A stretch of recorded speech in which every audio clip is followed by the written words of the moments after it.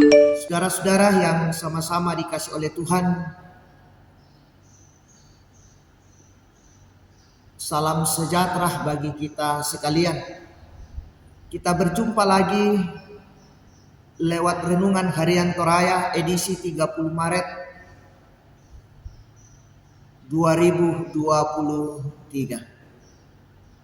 Saudara-saudara, sebelum kita menjalani kehidupan yang dikaruniakan oleh Tuhan kepada kita, mari kita bersekutu membaca dan merenungkan firman Tuhan.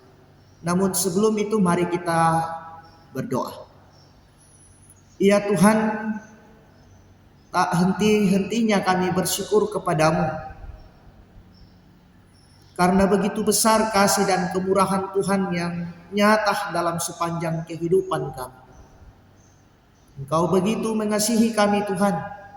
Dan pada saat ini, sebelum kami menjalani hidup karunia-Mu Tuhan, kami akan membaca dan merenungkan firman-Mu dalam persekutuan kami. Kami memohon kuasa Roh Kudus-Mu Tuhan. Biarlah memampukan kami untuk dapat memahami firman-Mu ini dengan baik. Allah Bapa di dalam sorga, bersabdalah ya Tuhan, kami siap mendengarkan firman-Mu. Di dalam nama Yesus Kristus, itulah Tuhan dan Juru Selamat kami yang hidup. Amin. Bacaan firman Tuhan pada saat ini dari Mazmur 143 ayat 9 sampai dengan ayatnya yang ke-12. Ayat yang ke-12 saya akan bacakan. Firman Tuhan berbunyi, binasakanlah musuh-musuhku demi kasih setiamu, dan lenyapkanlah semua orang yang mendesak aku, sebab aku ini hamba-Mu. Amin firman Tuhan. Tema kita pada saat ini, tumpaslah musuhku. Tumpaslah musuh. Siapa bilang punya musuh itu menyenangkan? Di jalan tidak enak, di rumah tidak enak, mau makan tidak enak, tidur pun susah. Tetapi buktinya orang tetap ada yang bermusuhan. Bahkan ada yang dengan lantangnya mengatakan bahwa ia akan bermusuhan sampai ke dalam kubur. Apa memang di alam kubur masih ada interaksi dengan orang lain? Saking bencinya sehingga seseorang yang punya musuh kadangkala menginginkan supaya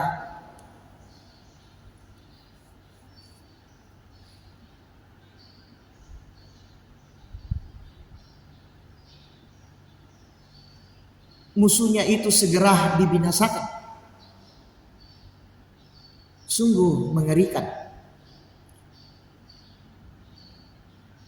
Saudara-saudara yang sama-sama dikasih oleh Tuhan, pemazmur sedang mengalami tekanan karena keberadaan musuhnya. Dalam tekanan itu ia datang untuk berlindung pada Tuhan. Ia memohon agar dibebaskan dari musuh-musuhnya.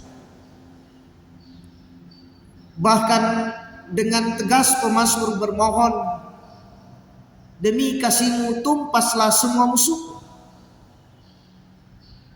Sejenak kita berpikir betapa kerasnya permohonan pemazmur. Bermohon yang baik kepada Tuhan itu wajar. Tetapi bermohon supaya Tuhan menumpas seseorang walaupun itu adalah musuh, rasanya sebuah permohonan yang terlalu berani. Tetapi disinilah kita dapat menemukan model kebergantungan sepenuhnya kepada Tuhan.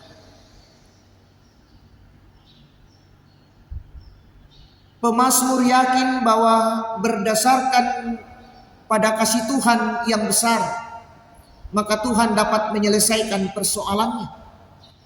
Tuhan punya cara menyelesaikan setiap pergumulannya yang kita alami.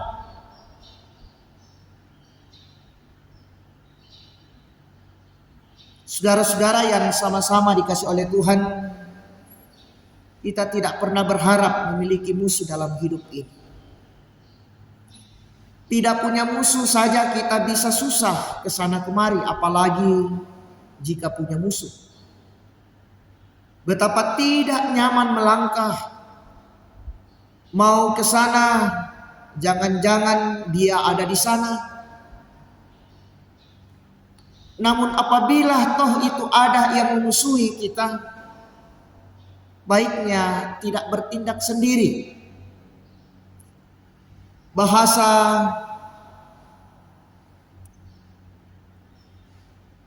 hukumnya jangan main hakim sendiri. Lebih baik serahkan kepada Tuhan, karena jalan keluar yang baik ada pada Tuhan sendiri. Terpuji nama Tuhan. Amin. Mari kita berdoa. Ya Tuhan,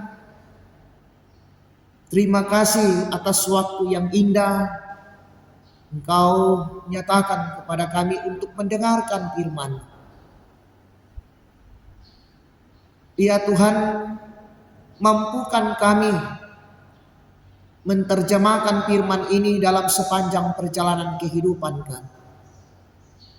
Biarlah ya Tuhan kami terus memohon kepadamu, mengandalkan Engkau di setiap persoalan pergumulan yang kami alami di tengah-tengah kehidupan ini. Kami meyakini Tuhan bahwa kuasa dan penyertaan Tuhan akan terus dinyatakan dalam kehidupan kami. Firman-Mu telah mengajarkan kepada kami pada saat ini. Allah Bapa di dalam sorga, kami serahkan seluruh kehidupan kami Tuhan ke dalam tangan pengasihan. Memberkati kami, memampukan kami untuk bertindak, menyatakan tanggung jawab dan segala rencana kehidupan kami hari ini. Berkati Tuhan dan ampunkan salah dan dosa kami. Sempurnakan doa kami yang kami bawa di dalam anak-Mu Yesus Kristus. Itulah Tuhan dan Juru Selamat kami yang hidup. Amin. Selamat beraktivitas, Tuhan Yesus memberkati.